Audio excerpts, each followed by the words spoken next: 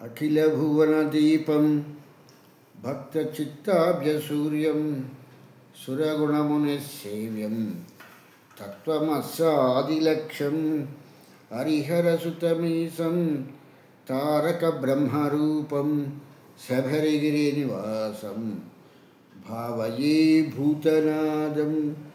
స్వామి శరణమయ్యప్ప.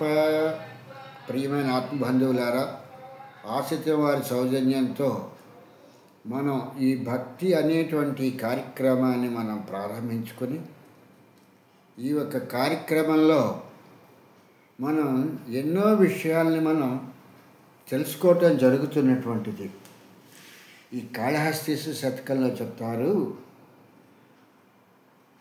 ఆలంచున్మడగట్టి దానికి నసత్యశ్రేణి గల్పించి తద్బాలావ్రాతమునిచ్చి పుచ్చుకొను సంబంధంబు గావించి యా మాలార్కంబున బంధనంబనడి ప్రేమన్ గొందరన్ దిప్పంగా శీల నిల్పల అమర్చినట్లొసగితో శ్రీకాళహస్తీశ్వర అని చెప్పేసని ఈ దుర్జటి కవి ఈ కాళహస్తీశ్వర శతకంలో చెప్పటం జరుగుతున్నటువంటి ఒక అందమైనటువంటి పద్యము.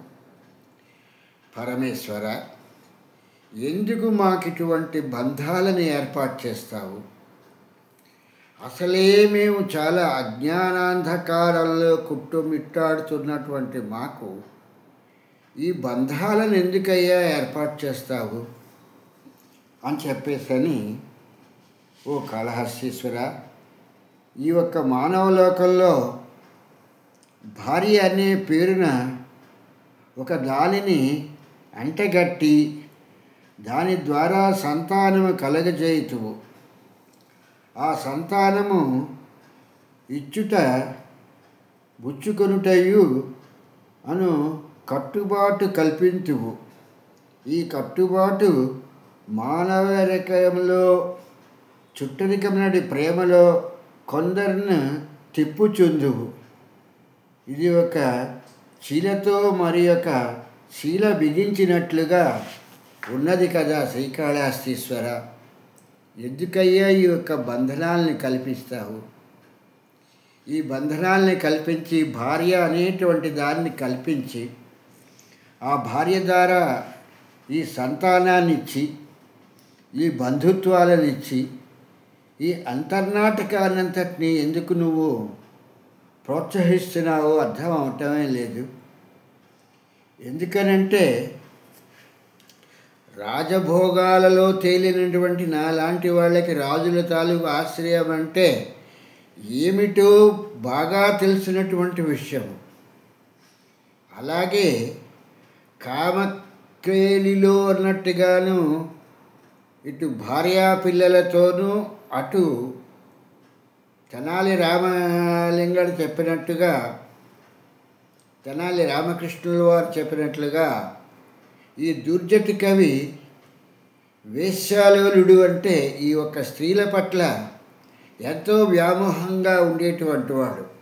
అయినా ఇంట్లో భార్యా పిల్లల్ని ఏనాడు కూడా అలక్ష్యం చేయలేదు. అలాగే చేసేటువంటి శివ పూజని కూడా ఏనాడు కూడా అతను అలక్ష్యం చేయలేదు.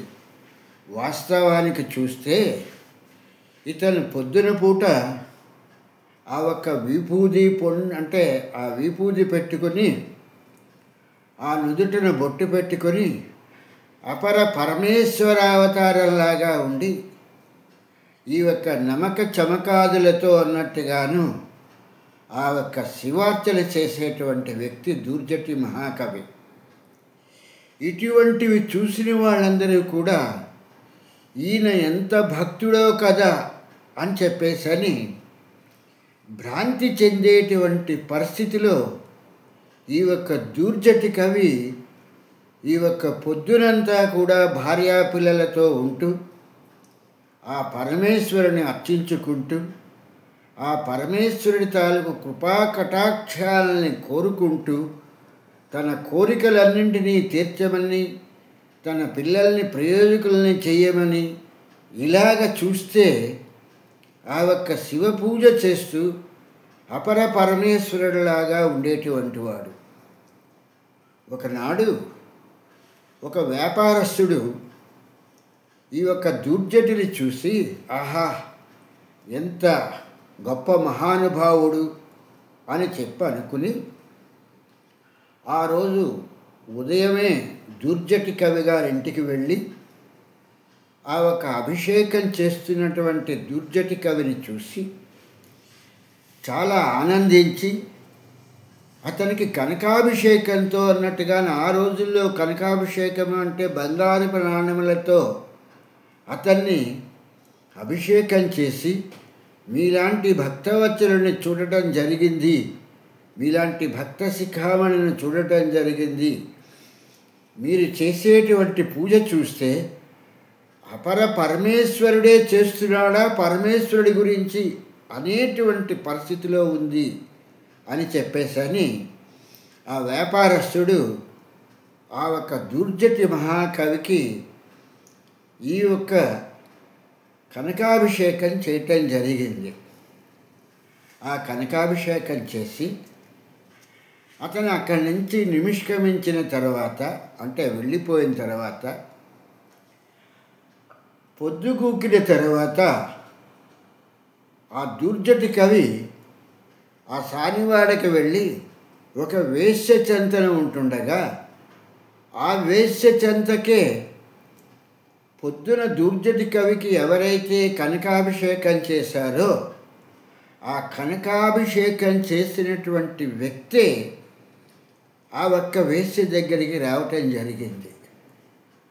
అక్కడ ఉన్నటువంటి దుర్జటి మహాకవిని చూసి ఒక్కసారి ఆశ్చర్యచకితుడై ఉదయం అపర పరమేశ్వరుడిలాగా ఆ ఒక్క శివుణ్ణి ఆరాధించి ఎంతో పరమభక్తుడిగా కనిపించినటువంటి ఈ మహానుభావుడు ఈ యొక్క సాయంత్రం వేళ, ఈ సంధ్యావేళ ఈ యొక్క సానికొంపలకు వచ్చి ఇలాగా ఈయన ఈ యొక్క సానివాడలో ఉంటున్నాడా, ఇటువంటి స్త్రీలోలుడిగా నేను ఈ యొక్క కనకాభిషేకం చేసినది అని చెప్పేసని ఆ వ్యాపారస్తుడు ఎంతగానో చింతించడం జరిగింది. మరుసటి రోజు మళ్ళీ ఆ వ్యాపారి ఆ దుర్జటి ఇంటికి వెళితే మళ్ళీ అపర పరమేశ్వరుడిలాగా ఆ యొక్క పూజా విధానాలు సరుపుతూ ఉంటే ఆ వ్యాపారికి మతిపోయింది. ఇతను నిజంగా భక్తుడా, లేక స్త్రీలోలుడా, వేశ్యాలోలుడా, ఏంటి ఇతని పరిస్థితి అనేటువంటి దానిలో సందిగ్ధావస్థలో ఆ వ్యాపారి ఇతని ఏమనాలి, భక్తుడనాలా లేక స్త్రీలోలుడు వేశ్యాలోలుడు అనాలా అనేటువంటి పరిస్థితిలో ఎటూ తేల్చుకోలేనటువంటి పరిస్థితి ఏర్పడింది. అంత పరమభక్తుడైనటువంటి దుర్జటి కవి రాసినటువంటి ఈ కాళహస్తీశ్వర మహత్యము ఎంతో వైభవోపేతమైనటువంటిది. ఈ యొక్క కాళహస్తీశ్వర మహత్యము అంటే పరిపూర్ణమైనటువంటి జీవితాన్ని అనుభవించినటువంటి ఒక వ్యక్తి ఇటు సానివాడలలో ఉండి ఆ ఒక్క స్త్రీలను అనుభవించినటువంటి ఈ యొక్క దుర్జటి కవి పొద్దునవగానే మళ్ళీ ఆ శివ పూజ ధరంధ్రుడై అన్నట్టుగా నా శివపూజ చేస్తూ అపరభక్తుడిలాగా అపర పరమేశ్వరుడిలాగా ఉన్నటువంటి అతను జీవితానికి ఒక నాణానికి రెండు వైపులా ఎటువంటి భాగాలు ఉంటాయో జీవితానికి అనేటువంటి దానికి రెండు వైపులా ఎలా ఉంటుంది, శృంగారం ఎలా ఉంటుంది, భక్తి ఎలా ఉంటుంది అనేటువంటి విషయాల్ని తెలుసుకుని ఈ యొక్క కాళహస్తీశ్వర మహాత్యాన్ని రాయటం జరిగింది. అందుకే ఆ ఒక్క భువన విజయంలో శ్రీకృష్ణదేవరాయలు గారు దుర్జటి పలుకుల కేలకలిగను అనేటువంటి విషయాన్ని అంత బాహాటంగా, అంత పేరోలకంగా ఉన్నటువంటి ఆ భువన విజయంలో చెప్పటం జరిగింది. దానికి తెనాలి రామకృష్ణుల వారు తెలుసన్ అని చెప్పేసని ఆయన చెబితే, మనవడ ఇది జీవితంలో ఉన్నటువంటి పరమ సత్యమయ్య.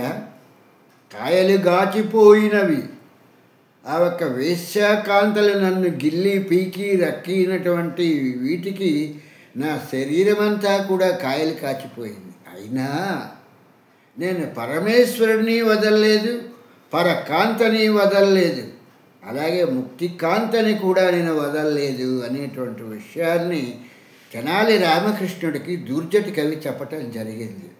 అంటే ఇక్కడ ఈ యొక్క ప్రపంచమనేటువంటి, ఈ యొక్క లోకమనేటువంటి ఈ నటనాలయంలో దూర్జటి పొద్దున పూట నటనాలయ పూజారిగా ఉండేవారు.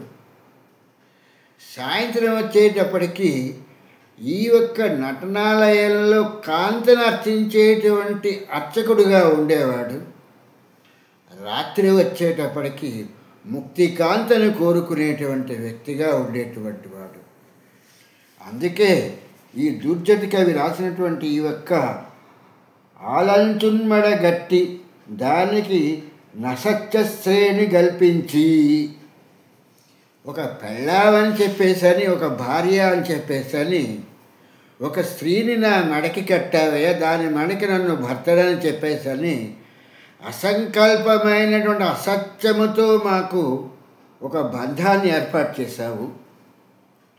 తబ్రాలావ్రాతము నిచ్చిపుచ్చుకొను సంబంధంబు గావించి, ఆ యొక్క భార్యాభర్తలంగా మేము ఒకళ్ళనొకళ్ళు అర్థం చేసుకుని మేము మా జీవనాన్ని గావిస్తూ ఉంటే, ఆ మాలార్కంబున బాంధమంబనడి ప్రేమన్ గొందరున్ దిప్పంగా శీలాశీల అమర్చినట్లొసగితో శ్రీకాళహస్తీశ్వర. ఒక ఇనుప వస్తువును ఇంకో ఇనుప వస్తువుతో కలిపేటప్పుడు మధ్యలో ఎటువంటి శీలలతో, ఎటువంటి నట్ట బోల్డ్తో బిగిస్తారో విడిపోకుండా, అవి రెండు వేరైపోకుండా, అలాగే ఈ యొక్క స్త్రీని భార్య అనేటువంటి దానిలో నాకు బంధాన్ని ఏర్పాటు చేసి, ఈ యొక్క భార్య అనేటువంటి బంధాన్ని అంటగట్టి, ఈ భార్య అనేటువంటి బంధంలో నేను ఉంటుండగా తన్ని నేను అనుభవిస్తున్నటువంటి సమయంలో సంతానము అనేటువంటి దాన్ని ఒకదాన్ని కలగచేసి, ఆ సంతానాన్ని ఇచ్చితే కాకుండా ఆ సంతాన్ని ఇచ్చిపుచ్చుకొనుట అనేటువంటిది, ఇచ్చినవాడు అంటే పూర్వకాలంలో ఎలా ఉండేదంటే పుట్టిన పిల్లలందరూ కూడా ఆరోగ్యంగా ఉంటారు అనేటువంటిది లేదు. కొందరు అనారోగ్యంతో కూడా మరణించేటువంటి పరిస్థితి. ఆ ఇచ్చిపుచ్చుకునేటువంటిది అనేటువంటిది ఏంటంటే, ఆ యొక్క పిల్లల్ని ఇస్తూ ఉంటావు, మరణించి మళ్ళీ నువ్వు మరణాలు అనేటువంటి దాంట్లో మళ్ళీ నువ్వు తీసుకుని వెళ్ళిపోతుంటావు. పుట్టుకకి మరణానికి కూడా ఏ విధమైనటువంటి తేడా లేదు అనేటువంటి విషయాన్ని ఇక్కడ నువ్వు చేస్తున్నాడు. ఇచ్చుటయు బుచ్చుకొనుటయు నన్ను కట్టుబాట్లను కల్పించు. నీకు నీవే కల్పిస్తావు, ఎవరో కల్పించడం కాదు, మేము కల్పించుకోవటం కాదు, నీవు కల్పిస్తున్నావు. ఎవరో ఒక స్త్రీని తీసుకొచ్చి ఈమె నీకు భార్య అనేటువంటి బంధాన్ని నువ్వు కల్పిస్తున్నావు. లేకపోతే అవి నాకు భార్య ఏంటి, నేను ఆవిడకి భర్తనేంటి అనేటువంటిది. ఇలా చేసి ఈ చుట్టరికాన్ని కల్పించి ప్రేమలో కొందరిని ద్రిప్పుచున్. ఈ ప్రేమ అనేటువంటి ఈ ఒక్క పదంలో ఈ ఒక్క కొందరిని త్రిప్పుచు, ఇది ఒక శీలతో మరి ఒక శీలను బిగించినట్లుగా చేస్తున్నావయ్యా పరమేశ్వర. ఈ బంధాలన్నీ కూడా శాశ్వతమా అనేటువంటి విషయాన్ని ఇక్కడ ఈయన చెప్పటం జరుగుతున్నటువంటి విషయము. ఇదే విషయాన్ని తీసుకుంటే ఈ యొక్క కవి ఇలాంటి పద్యాన్నే 9వ తాలూకు పద్యంలో కూడా చెప్పటం జరిగింది. ఆలున్ బిడ్డలు తల్లిదండ్రులు ధనం వంచున్ మహాబంధమునన్ బేలా నా మెడ గట్టినాడ విక నిన్నేవేళ జింతింతు నిర్మూలంబైన మనంబున గడు దుర్మోహాబ్దిలో గృంకి ఈ శీలామాలపు జింతనెట్లోడిసిదో శ్రీకాళహస్తీశ్వర అని చెప్పేసని ఇక్కడ చెప్పటం జరిగింది. ఈ యొక్క భార్య పిల్లలు తల్లి తండ్రులు ధనం పంచు ఈ మహాబంధాన్ని కట్టి ఈ మహాబంధంలో నా యొక్క మెడలో ఈ యొక్క బంధాన్ని కట్టి నన్ను తిప్పుతూ నిన్ను ప్రార్థించమని చెప్పేసి ఎలా చెప్తున్నావయ్యా?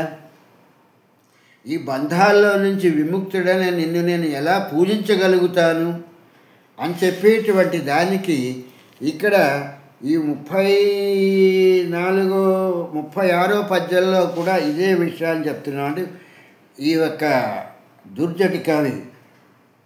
ఆలంచుని మడగట్టి దానికి నసత్యశ్రేణి కల్పించి ఈ యొక్క భార్య అనేటువంటి దాన్ని నాకు ఈ యొక్క స్త్రీని కట్టి అసత్యము సత్యం కాదు, ఆమె నాకు భార్య అంటున్నావు. అదేంటి భార్య అనేటువంటిది? భరించేవాడు ఉన్నప్పుడు భరించేవాడిని భర్త అంటాడు, భరించబడేదాన్ని భార్య అంటారు. కాబట్టి ఎవరో ముక్కు మొహం తెలియనటువంటి ఒక స్త్రీని తీసుకొచ్చి ఆమెతో బంధాన్ని ఏర్పాటు చేసి ఆమెని భార్య అని చెప్పేసని నా మెడకి కడుతున్నావు, ఆవిడ మెడకి నన్ను కడుతున్నావు.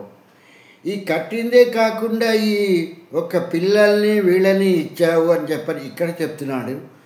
9వ పద్యంలో తల్లిదండ్రులు అనేటువంటి వాళ్ళని కూడా ఇచ్చావు అనేటువంటి విషయాన్ని ఈ యొక్క దుర్జటి కవి ఈ యొక్క కాళహస్తీశ్వర మహత్యంలో ఎంతో చక్కగా రమణీయంగా ఈ యొక్క పద్యాల్ని చెప్పటం జరుగుతున్నటువంటి విషయం. అంటే ఈ భక్తి అయినా అబద్ధం కావాలి, ఈ భార్యా పిల్లలైనా అబద్ధం కావాలి. కనుక దుర్జటి మహాకవి ఏం చెప్తున్నాడంటే ఆయన 36వ పద్యంలో ఈ యొక్క స్త్రీని భార్య అనేటువంటి పేరులో నన్ను మోహంలో ముంచేసి అబద్ధమైనటువంటి ఈ బంధం శాశ్వతం కాదు, అది ఎప్పుడు తెగిపోతుందో ఎప్పుడు ఊడిపోతుందో తెలియదు అన్నట్టుగా ఉన్నటువంటి బంధాన్ని ఏర్పాటు చేసి దానికి ఒక పిల్లలు వీళ్ళు అని చెప్పేసి ప్రేమానుబంధంతో మిగిలినటువంటి చుట్టరికాలన్నింటినీ కూడా ఆ పిల్లలకి పెళ్ళిళ్ళు చేసి కోడళ్ళని అల్లుళ్ళని తీసుకొచ్చి ఇలా చుట్టరికాన్ని పెంచుకునే పరిస్థితికి తీసుకొస్తే, ఓ కాళహస్తీశ్వర, ఎలాగయ్యా నేను నిన్ను పూజిస్తాను? ఇటువంటి మోహము అనేటువంటిది ఏంటంటే ఈ వేశ్యాగృహాలకు వెళ్ళటం కూడా నీవు కల్పించినటువంటి కల్పితమే. ఈ మోహం అనేటువంటి దానిలో నన్ను ముంచి ఈ అబద్ధమైనటువంటి విషయాల్లో నన్ను ఉంచుతున్నావు. పొద్దున నేను ఎలాగైతే శివ పూజా ధరంధ్రుడిగా ఉంటున్నానో ఆ యొక్క పూజలో నిన్ను తదైకత్వంగా చూడగలిగేటువంటి స్థితిని నాకు ప్రసాదించలేకపోతున్నావు. ఈ చుట్టరికాలు బంధాలు ఈ యొక్క దేహబంధాలను ఏర్పాటు చేసి ఇవి శాశ్వతం కాదని తెలిసినా కూడా వీటి చుట్టూతా తిరుగుతూ పరిభ్రమిస్తూ ఉన్నామయ్యా అని చెప్పేసని చెప్తూ ఆ కాళహస్తీశ్వర శతకంలో ఆ దుర్జటి కవి మేము మనుషులము కనుక మేము ఈ యొక్క బంధాలలో ఇరుక్కుపోయి నిన్ను పూజిస్తూ నీ యొక్క పూజ గురు ఎందుకు చేస్తున్నాము? ఈ యొక్క పూజ అనేటువంటిది ఈ బంధాలలో ఉన్నటువంటి కోర్కెల్ని మేము తీర్చుకోవటం గురించే మేము నిన్ను అర్చిస్తున్నాము. ఈ అర్చించటానికి మాకు ఈ యొక్క సుమతి శతకంలో చెప్పినట్టుగా మొక్కిన వరమీని వేల్పు దానెక్కిన బారని గుర్రము గ్రక్కున విడువంగ వలయు గదరా సుమతి అని చెప్పినట్లుగా మేము కోరినటువంటి కోర్కెలను తీర్చలేనటువంటి ఈ దేవతా విగ్రహాలను మేము పూజించాం. ఇవాళ శివుడిని పూజిస్తే రేపు విష్ణువుని పూజిస్తాం, రేపు విష్ణువుని పూజిస్తే ఎల్లుండి గణపతిని పూజిస్తాం.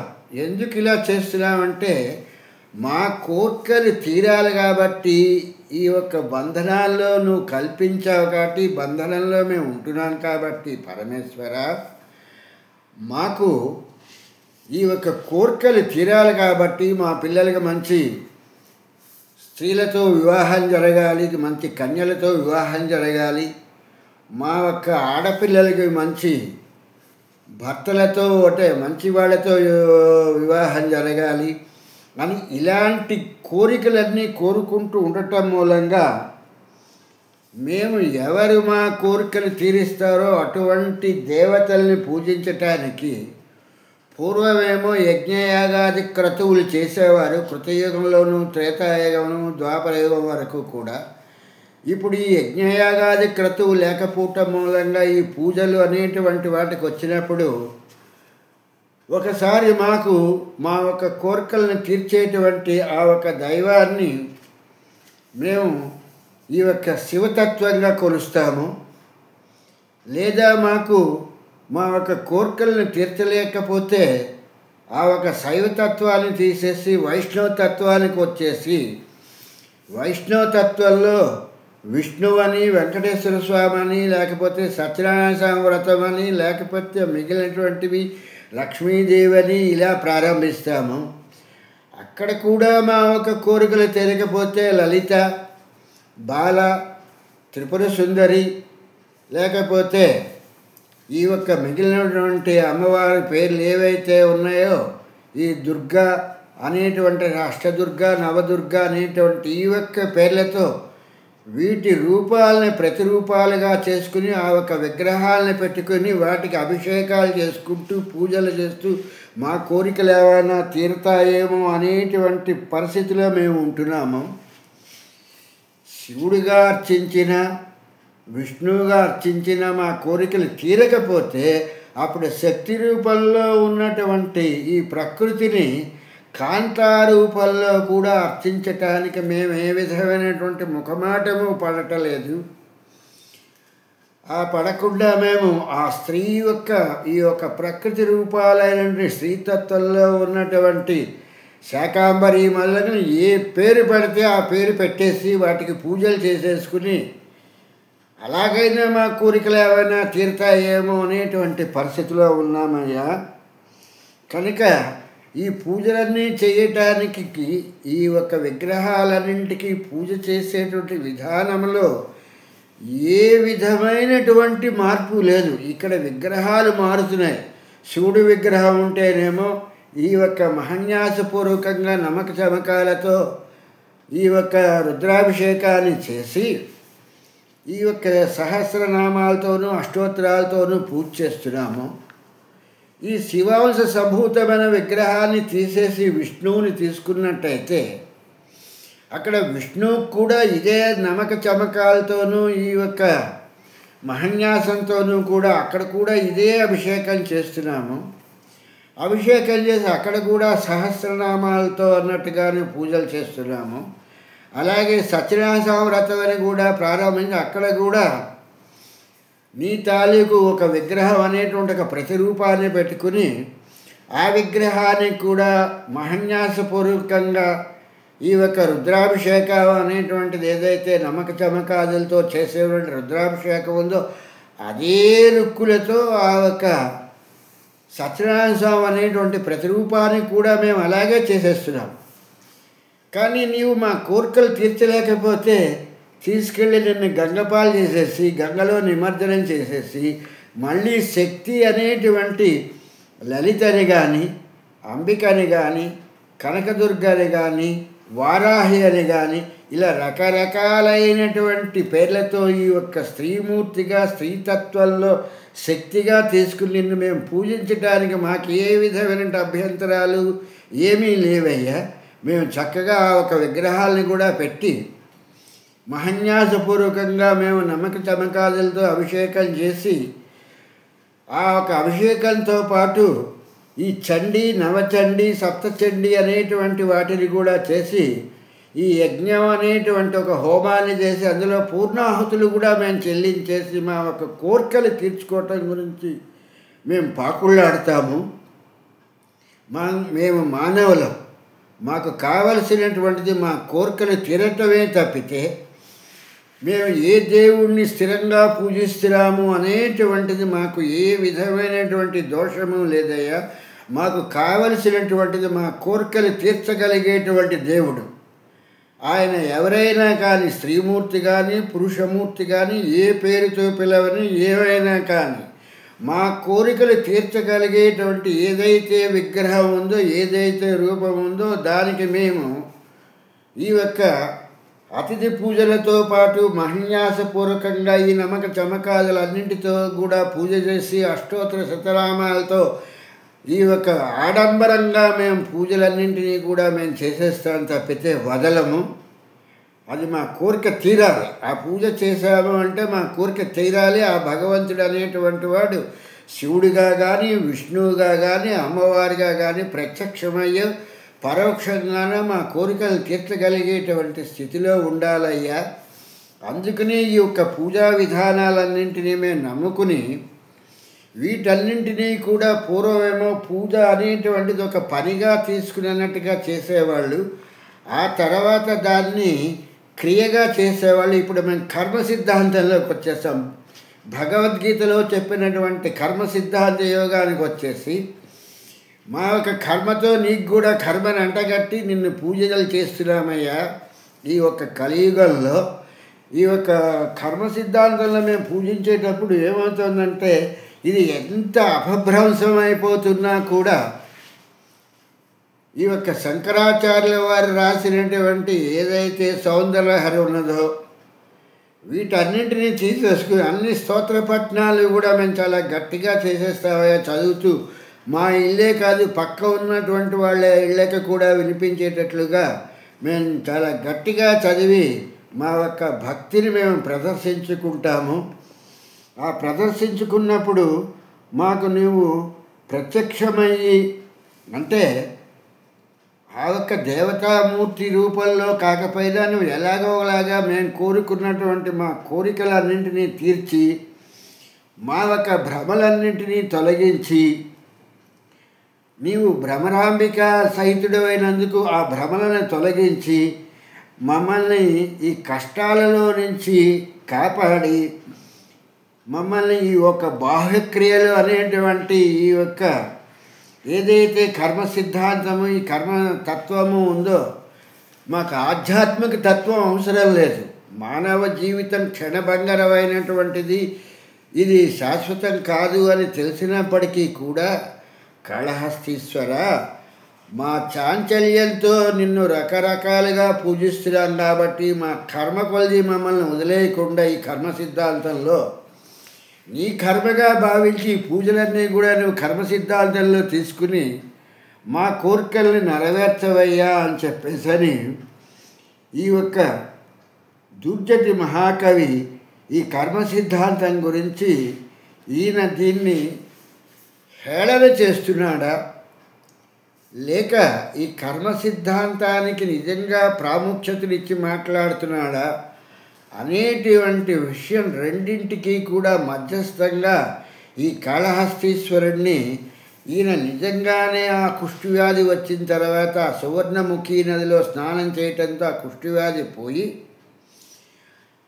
ఈయన ఒక కాళహస్తీశ్వరుడు దర్శించుకోవటం జరిగింది కనుక ఈయన చెప్పేవి వాస్తవమైనటువంటి విషయాలే అనేటువంటి దాన్ని మనం నమ్మవలసినది అనేటువంటిది ఇక్కడ తేటతెల్లంగా మనం తెలుసుకోవలసినటువంటి విషయము. ఈ కర్మ బాహుళ్యమున అపభ్రంశంగా ఈ విషయాలన్నీ చేస్తుండటం మూలంగా వీటిని ఖండించాలో లేక వీటిని సమర్థించాలో ఈ ఆధ్యాత్మిక చింతనలో ఓ కాళహస్తీశ్వర నాకు నిజంగా తెలియకుండా ఉందయా అని చెప్పేసి ఆ కాళహస్తీశ్వరుని ఆరాధిస్తూ ఈ యొక్క దూర్జటి అనేటువంటి కవి తన తాలూకు మనోవేదనంతటినీ కూడా ఆ కాళహస్తీశ్వరుడికి విన్నవించుకోవటం జరుగుతుంది. అంటే ఇక్కడ దూర్జటి మహాకవి తన్ని తానుగా కాకుండా సమాజ శ్రేయస్సుని కూడా దృష్టిలో పెట్టుకుని ఆ కాళహస్తీశ్వరుడికి ఈ విషయాలన్నింటినీ కూడా ఒక మనిషితో ఎలాగైతే ఎదురుకుండా ఉన్న మనిషితో మనం మాట్లాడుతున్నామో అలాగా ఈ కాళహస్తీశ్వరుడిని ఈ ఒక దుర్జటి కవి తన తాలూకు కుష్ఠరోగం పోయిన తర్వాత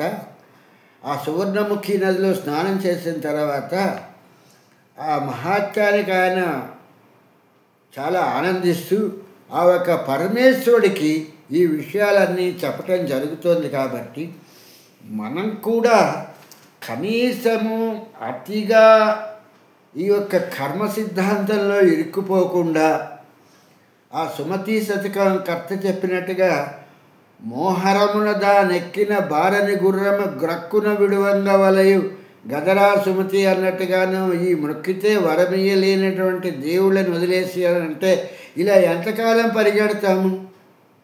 ఇవాళ ఈ దేవుణ్ణి ప్రార్థించాము, ఒక అయ్యప్పను ప్రార్థించాము, ఆ అయ్యప్ప మన కోరిక తీర్చలేదు.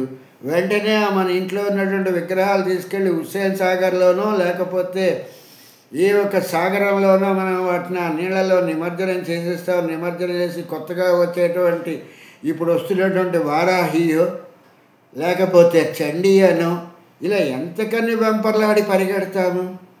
కోరికలే ముఖ్యమా, కర్మ సిద్ధాంతమే ముఖ్యమా అనేటువంటి విషయాన్ని ఆ వెంకటనాథుడి అనుగ్రహంతో మనం తెలుసుకొని ఆ మార్గబంధువైన అయ్యప్ప మనకి సరైనటువంటి దారిని చూపిస్తాడనుకుంటూ స్వామి శరణం, స్వామి శరణం, స్వామియే శరణం అయ్యప్ప.